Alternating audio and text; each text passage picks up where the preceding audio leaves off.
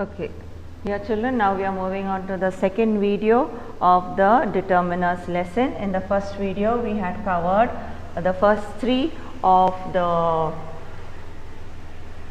determiners. We had done articles, we had done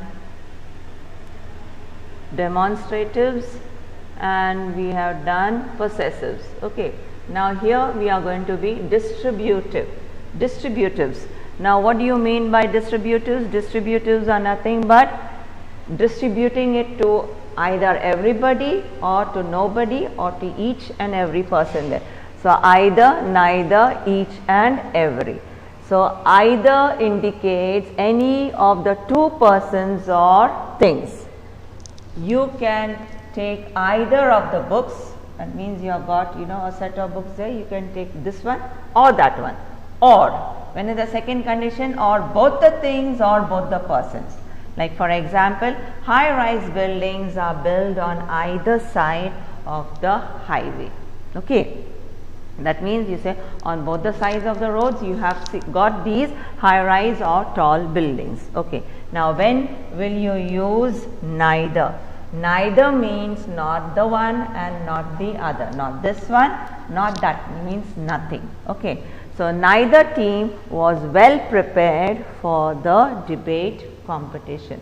So not this team was prepared, nor that team was prepared. None of them or nobody was prepared for this. Then when are you going to be using each? Okay, now each is used to indicate things separately, one by one, as the words are each. Now it refers to each and every person who belongs to that group, or if we are talking about a classroom scenario, to each and every child of this classroom. So when we refer to a small number, okay, now here when we talk now each, now we are not talking about each and every living organism in this universe. No, that is an unlimited number. Here we are going to restrict the number to a certain small number, or to the group is limited and definite, where it is you can count that many number. Like we can count the number of students studying in our school. Yes, they are countable, isn't it? So like for example, now here I have given you an example. Each child was in proper uniform. Now here if we are talking about our school, we do know the number of students in our school, yes or no? So now here when you say each child was in her or his school uniform, so here we are talking to a certain number, definite number. Each member of the Indian contingent was honored. So here maybe this group was sent to represent our country for some games, Asian Games, Olympiads, or whatever it is. Okay, so now they came back successful, and so here it says that each member. So maybe sometimes when we go to the Olympics and all, we do not send a very large number, only all the qualified, well qualified participants or athletes or whatever game they are representing goes. So now we have maybe a team of less than 1,000 people, less than 1,000 athletes going. So each, and we came back, we did a very good job, we came back successful, got so many gold medals and silver medals, etc. And so when they returned, they were honored. So each member of the Indian contingent was honored. So here that number is restricted to a certain number, isn't it? After this, I want you to be doing exercise J on page 33 in your textbook itself. Now we are moving on to the next one. We have got E. What is E now? E is quantifiers. Quantifiers, they all represent quantity.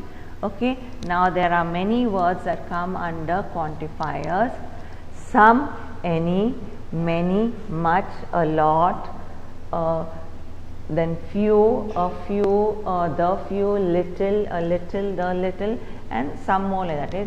The whole list is given in your textbook. You can just go through, read through it.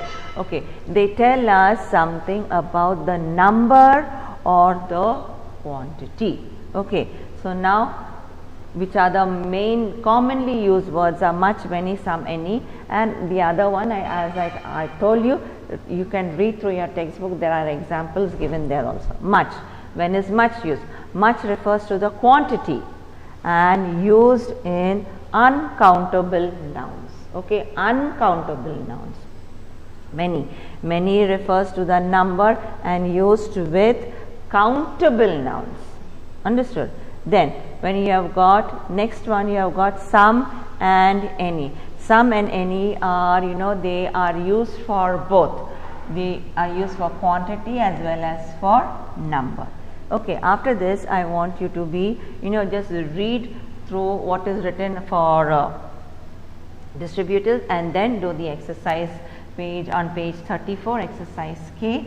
It should be done in your textbook itself.